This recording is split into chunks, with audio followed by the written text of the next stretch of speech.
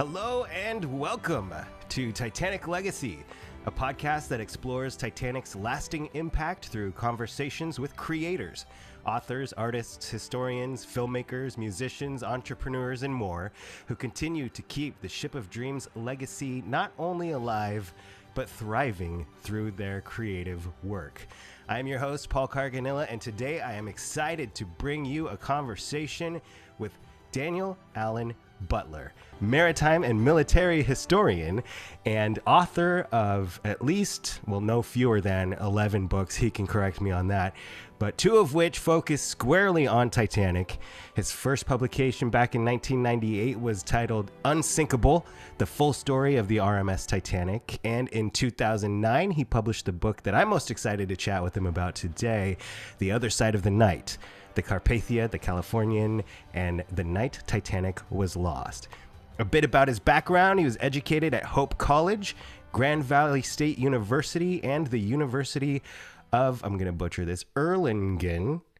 Butler served in the United States Army. Thank you for your service. Before becoming a full-time author. He is an internationally recognized authority on military and maritime subjects and a popular guest speaker, having given presentations at the National Archives in Washington, D.C., the Mariners Museum, and in the United Kingdom.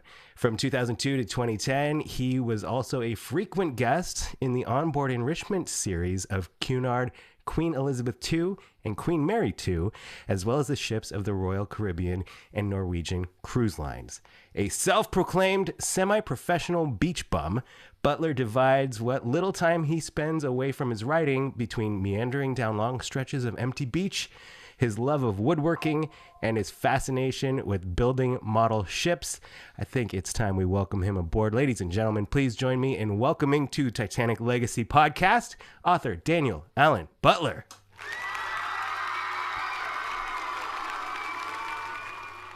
Hello, sir. Welcome to the show. Well, I'm glad to be here and happy to join you today, Paul.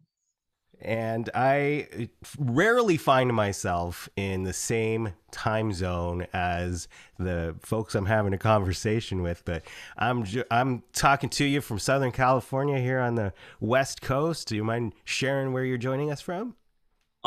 Just outside of Atlanta, Georgia. Okay. Well, So, I like to start the story with the beginning of, your creative journey, if you will. As I read off in your bio, obviously you served in the Army before becoming a full-time author.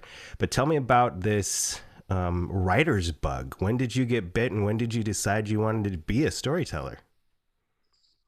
well, it's interesting. I started reading on an adult level when I was 9 years old.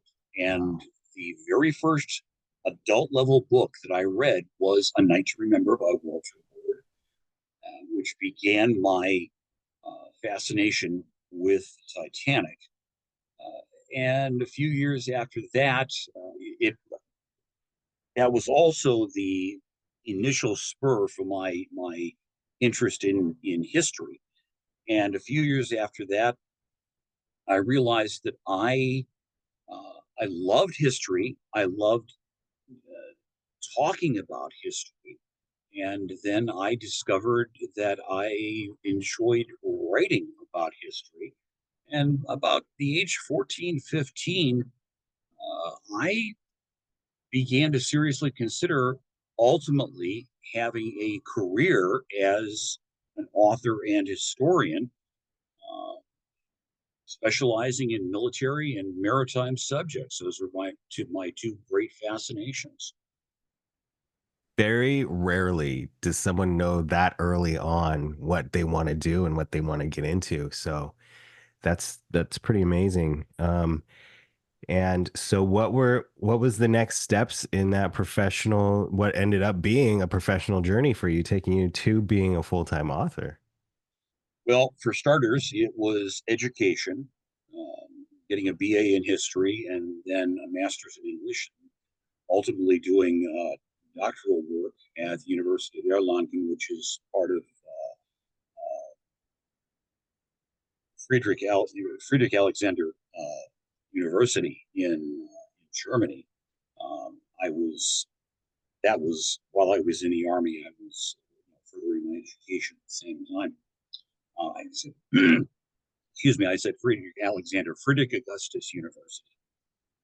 And after I separated from the Army, I worked a lot of not necessarily odd jobs, but a lot of jobs. I had my own furniture refinishing and restoration business. I worked for Home Depot for several years. I was always writing and researching, not just the Titanic, but subjects that interested me. The Great War, for example, Lusitania,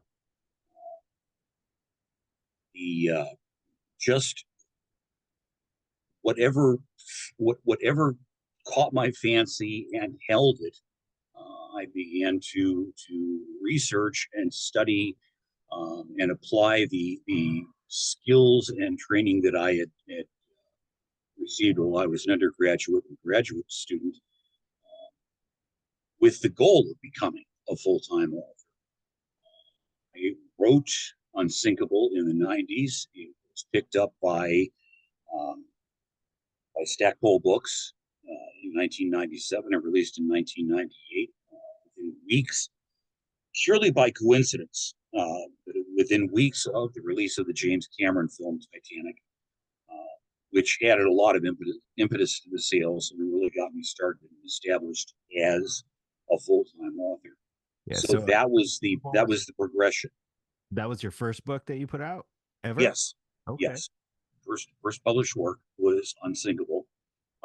It was a revised edition was released by DeCapo Press in 2012, the centennial of the disaster. But I've covered a wide array of subjects since then: the origins of the First World War, the Mahdi's Sudan rebellion in the Sudan in the late 1880s, Battle of Jutland, Pearl Harbor, biography of Erwin Rommel. I mean, I've covered a wide range of subjects. So, but they've always been subjects that have, for me, developed an intense fascination that made me want to explore them more deeply, and then share what I had learned and what I had interpreted and understood and concluded about those subjects. One of them was not a sequel per se, but a follow-on to Unsinkable, the book The Other Side of the Night, the Carpathia, the Californian, and then the Titanic was lost. And that's I'm sorry, I haven't read Unsinkable yet, but I have enjoyed The Other Side of the Night, and for a bunch of reasons, and I do want to talk about that at length here. But can you let our listeners know, if they've never heard of it? I could read straight from the inside jacket here of the book what it's about, and it is, of course, available on Amazon, and you can check out. I encourage anybody to check out Daniel's website at danielallenbutler.org. But if you were to describe or give your elevator pitch to anybody about what is this book about, what angle did you take when approaching your story or this volume on the Titanic, what would you say? The vast majority of books about the Titanic have centered around the Titanic herself and the disaster. There were two other ships that were closely tied to the disaster and the events of that night. One being the Carpathia, which of course is the ship that rescued the 705 survivors, and the other was a ship called the Californian, which essentially sat 10 miles or less away from the Titanic. Her officers watched the Titanic sink and her captain chose to do nothing. There, in pretty much any story or account of Titanic, both of those ships are mentioned. They're glossed over, and it's just part of the recipe of what a disaster, all of the failures that had to take place for this, what ended up being the legacy of Titanic today. But the they're both so fascinating, and that's why I was excited to dig into your book. You go at length, almost in real time, between what's happening on the Titanic, what's happening on the Californian, what's happening on the Carpathia, and you're able to compare the actions of, you just mentioned, the captains of each ship and how they are vastly different. What inspired you to take that angle when approaching this book? It literally was the contrast in behavior of the two captains, Arthur Rostron on the Carpathia and Stanley Lord on the Californian. Um, it was a it was a question of why did one respond to a cry for help and the other pretend that he never heard it in the first place. And that's literally what the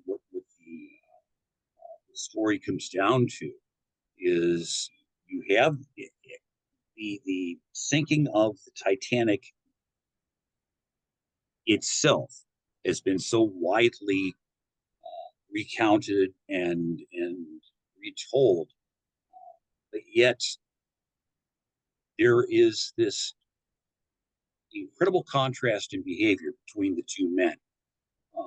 One who orders his ship to turn around before he even gets confirmation that it's the Titanic and she is sinking. There is someone out there calling for help, and the reaction of Arthur Rostron was to respond instantly.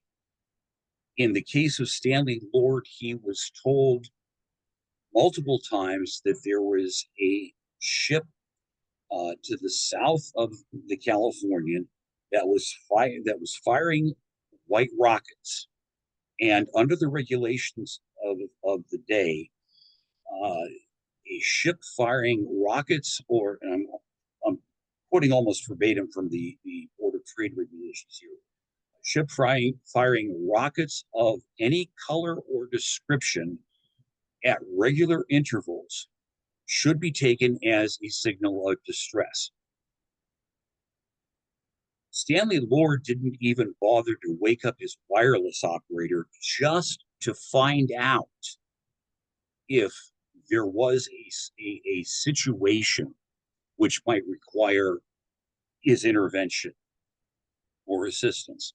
He very studiously ignored the the reports of the rockets, and didn't take the most simple, basic step. Waking up Cyril Evans, the wireless operator. Evans, find out what's going on, and report to me, and then I will act or react, or act or not act accordingly. He simply chose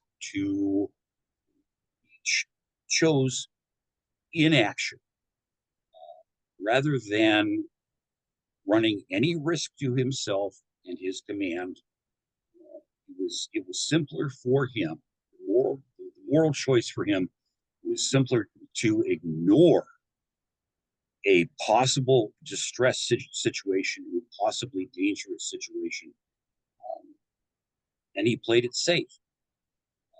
It's You couldn't have a greater contrast in behavior. Now, one of the things that I do want to mention here, and I point this out in the book, The Other Side of the Night, there's a myth that had Captain Lord reacted immediately, the Californian would have been able to save everybody on board the Titanic. No, the laws of time was against everybody that night. It was against the officers and crew of the Titanic. It was against the officers and crew of the Carpathia trying to get to the Titanic before she sank. And it would have been working against Stanley Lord and the crew of the Californian, starting the ship up from a dead stop, getting all of her boilers fired up, steaming 10 miles to the south, stopping close enough to the Titanic to render assistance. Beg your pardon. It wouldn't have been possible. She couldn't have gotten there in time to save everybody. But she being the Californian, could have arrived in time to save some of the people on board.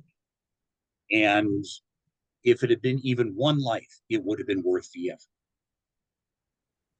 I do like that you pointed that out in your book because it's true. Like you said, a lot of people think, well, if they just responded when they saw the rocket, they could have saved everyone. And it's very important to raise awareness that no, they wouldn't have saved everyone, but it is a solid point that even saving one more person would have made it worth it that night. Not only, obviously for saving that person's life, but for the reputation or of the Californian and Captain Lord going forward throughout history and what became his legacy.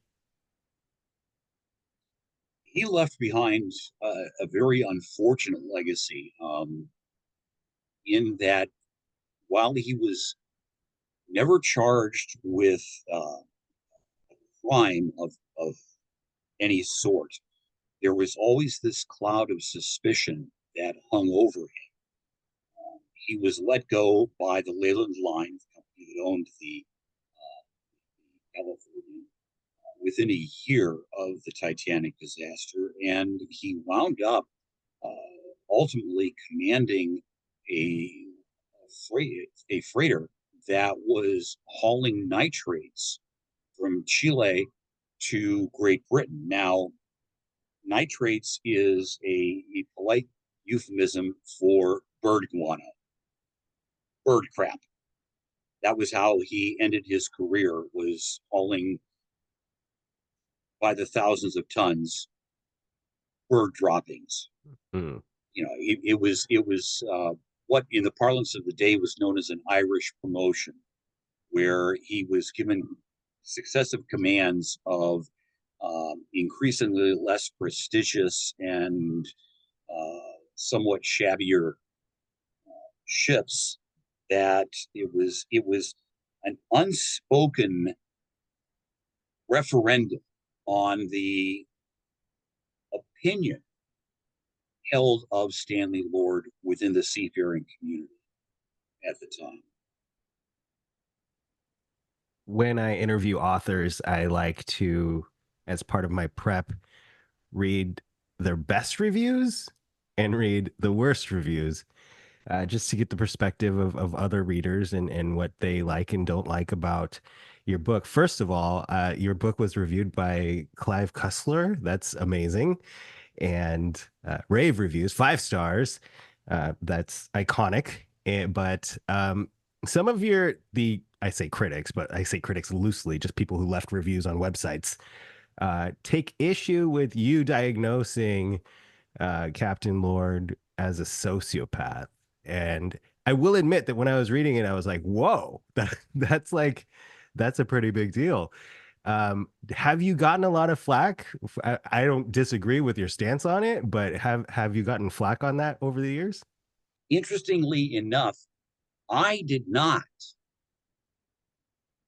diagnose Stanley Lord as a sociopath. I consulted independently of one another with 7 psychologists Wow.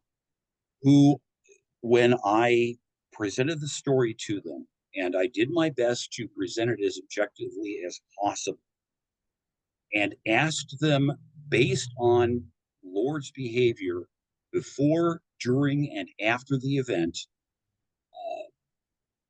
what type of personality would act in this manner.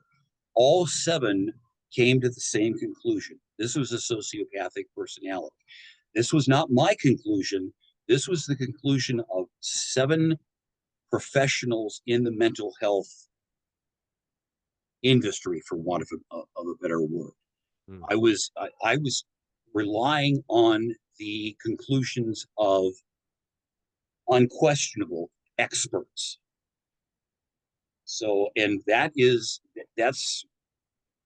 I make it very clear in the acknowledgement section that I had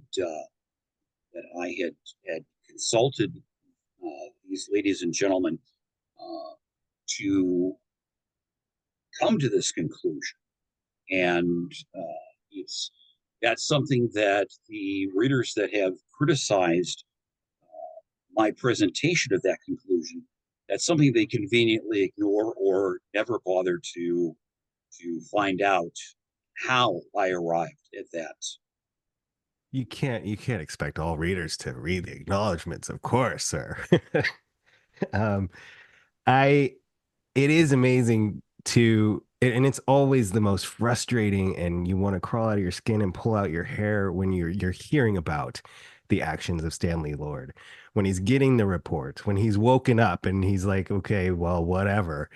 And what I really enjoyed about your book, and we'll talk about the other side with Captain Rostron in just a second, but just to finish up with Lord here, it's it's fascinating, and I haven't read it, or I haven't seen or heard that side of the story as detailed as you present it in your book, and it's just infuriating, for lack of better words. It just makes you want to pull your skin off. I have when I first encountered uh, the Californian story, and it was in A Night to Remember when I was 9 years old. I found myself uh, as outraged as a 9-year-old can be because of the what I felt was the uh, abandonment of any responsibility on the part of Stanley Lord to what has for centuries been the acknowledged code of conduct on the sea, that the sea is the common enemy of um, of anyone who ventures out on it. I mean, in wartime, you have these tremendous, incredibly destructive battles, but when the battles are over, you have enemies trying to pluck the opposing sailors, trying to rescue them. It's over. It's done. The battle is over. Now the sea is our common enemy, and it's it's it's an abandonment of that unwritten, unspoken, but universally understood um, sense of responsibility. And yes, it was I was outraged as I learned more about Lord's conduct, how the scrap log Californian for the night of April 14th, 15th, 1912 vanished without explanation, and how there was no entry whatsoever in the formal log of the ship's officers, not just seamen or engineers or stokers on coming up on the deck for a smoke, but officers reporting to Captain Lord that there was a ship to the south firing rockets in accordance with what was, by the Board of Trade regulations, a distress signal. There's no mention of that whatsoever in the log. And then his subsequent behavior in trying to defend himself and, excuse me again, You're good. blunt attacks on his character and his conduct, um, was to me was baffling until I started talking to mental health professionals, these psychologists, and saying what kind of personality would act in such a manner. What this these displayed behaviors indicate what kind of person, what kind of personality acts in this way. And then it just all started unfolding. So if you've ever been frustrated or annoyed by the behavior of the Californian on that night, and you want to turn that into absolute outrage, of course, pick up the book, The Other Side of the Night, The Carpathia, The Californian, and the Night the Titanic Was Lost on Amazon. The author I have the pleasure of speaking with today is Daniel Allen Butler. And on the other side, I have to share this with you. So I read your book earlier this year, and it was probably right before April because I found myself on the Queen Mary for the Titanic anniversary weekend with the Titanic Book Club.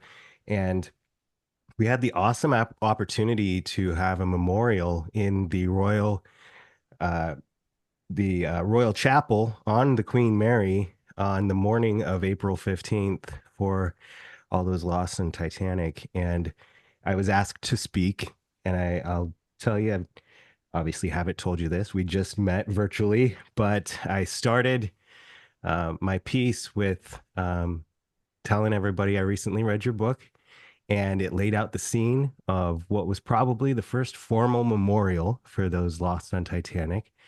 I'll read directly from that if you don't mind. The first memorial held 112 years ago today, initiated by Captain Arthur Rostron of the Carpathia. Imagine you're the captain of a ship bound from the States to the Mediterranean.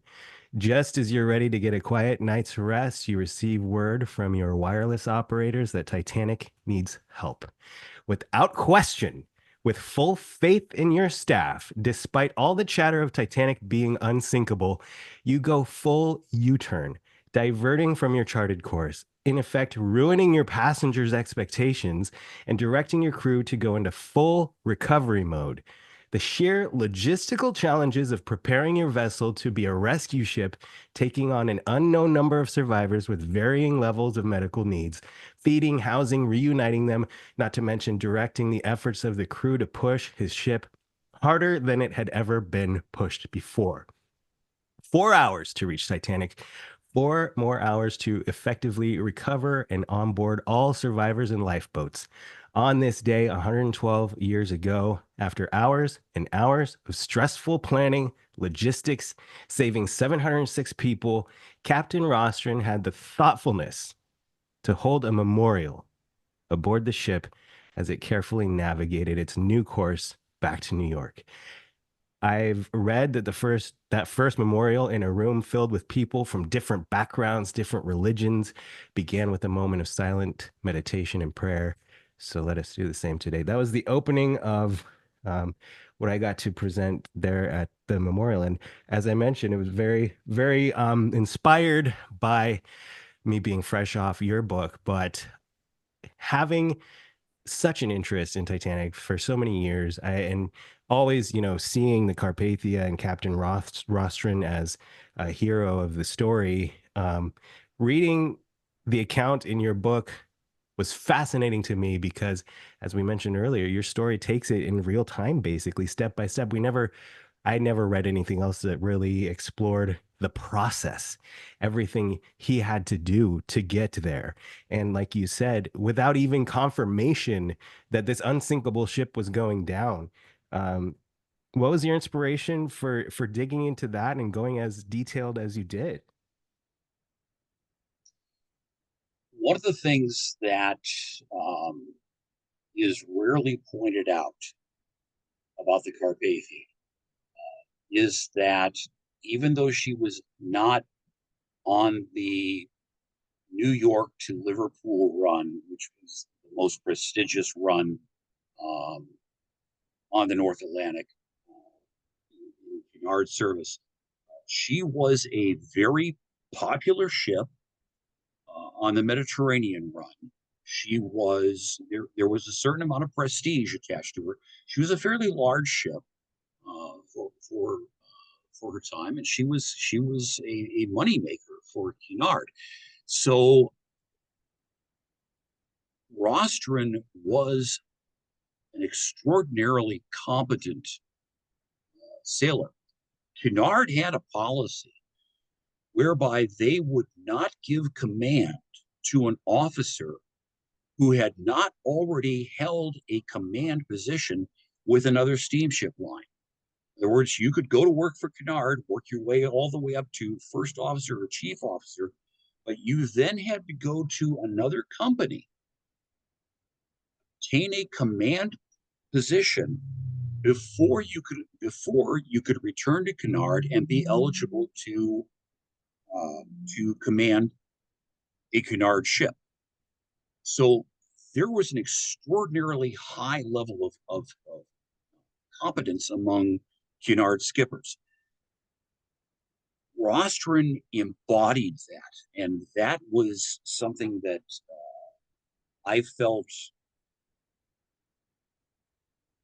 was encapsulated in his reaction that morning. Harold Cottam burst into his cabin. Harold Cottam went up to the bridge as soon as he got the message that the Titanic was sending out a CQD and was sinking. He went up to the bridge, reported it to the first officer, and then, without waiting for the First Officer Dean, to respond, he ran down to the captain's cabin, threw open the door, didn't even bother to knock, just threw open the door, blurted out, "Sir, it's the Titanic." Well, no, he wouldn't have said sir. He would have said captain, because sir is not used in the British merchant marine. Captain, it's the Titanic. She's sinking. She requires immediate assistance. That level of professionalism on Rostron's part was a reflection of the professionalism of Cunard's command officers, the men who captained Cunard ships. He didn't even wait for confirmation. He said, "Mr. Dean, turn the ship around. I'll work the course out for you in a minute. Now, Cottam, are you sure it's the Titanic, and are you sure she requires assistance?" So his response was to react first, or act first, then get the confirmation. If it had been a situation where the Cottam had misunderstood the report, then returning the Carpathia to her original course would have been trivial. It would not have materially affected her crossing. But to Rostron, he was not willing to waste the minutes necessary to get that confirmation before he acted. And then after that, and this to me demonstrates the wisdom of the Cunard policy, the very methodical and systematic progression of steps that Rostron ordered, excuse me, implemented to prepare the Carpathia for taking on, for all he knew, he might have to take on 2,000 people. He had no idea the exact number of people that his ship might be called upon to rescue. So his response had to be methodical, it had to be organized, and it really is a checklist for preparing a ship for a rescue at sea. That it's every bit as valid today as it was in 1912. And that professionalism from the very beginning caught my attention. Just the fact that he was decisive, he was direct, concise, organized. Um, he was everything that you would want, whether it's a captain on the bridge of a cruise ship or it's the pilot in command of an airliner. Just when there is an emergency situation, you want someone who can be as level-headed and quick thinking as Arthur Rostron was on the morning of April 15th, 1912. Such a stark contrast between Rostron and Lord, as you just so definitively and eloquently point out in your book, The Other Side of the Night, the Carpathia, the Californian, and the night the Titanic was lost. I know I asked for 30 minutes of your time and I've chewed up more of it, but before we go, I always ask our creators here on the podcast, what's in the future for you? Are you working on anything, or what's on the horizon there? Well, the horizon, without getting too personal about it, the horizon's a little vague for me, because I was recently given a some troubling news about my health and the fact that the clock is kind of ticking for me. So I am currently working on um, a book on the Battle of the North Atlantic, one specific convoy, and also a book on the um, Battle of Aricourt, which occurred in September of 1944 between the German army and the United States Third Army. It's not particularly well known because it took place simultaneously with Operation Market Garden, which, of course, got all the headlines and continues to get all the headlines. But it was a battle which basically broke the back of the German Panzer Corps in Western Europe, and particularly in France, and had tremendous repercussions materially and morally for especially for the Germans, and led directly to the Battle of the Bulge because it compelled the Germans to seek one final throw of the dice, which they rolled in December 1944 to try and stem the advancing Allied tide. So hopefully, before time runs out for me, I'll have both of those finished, and we have a chance to see them into print.